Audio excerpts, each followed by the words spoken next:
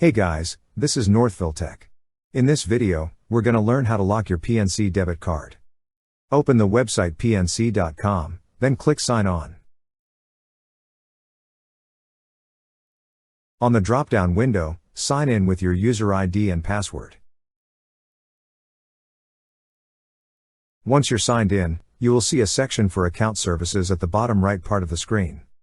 Under Account Services, is an option for Debit/ATM Card Services. Click on Debit/ATM Card Services.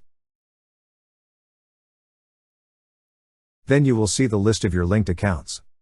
Beside is an option for Debit/ATM Card Services and Resources. Click on Debit/ATM Card Services and Resources.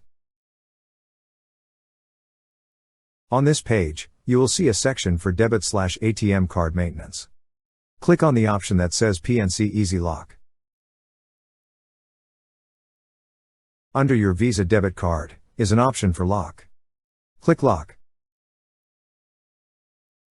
On the pop-up window, read the PNC Easy Lock terms and conditions. After reading and if everything looks good, click on the tick box to acknowledge the statement above. Lastly, click on Lock Card.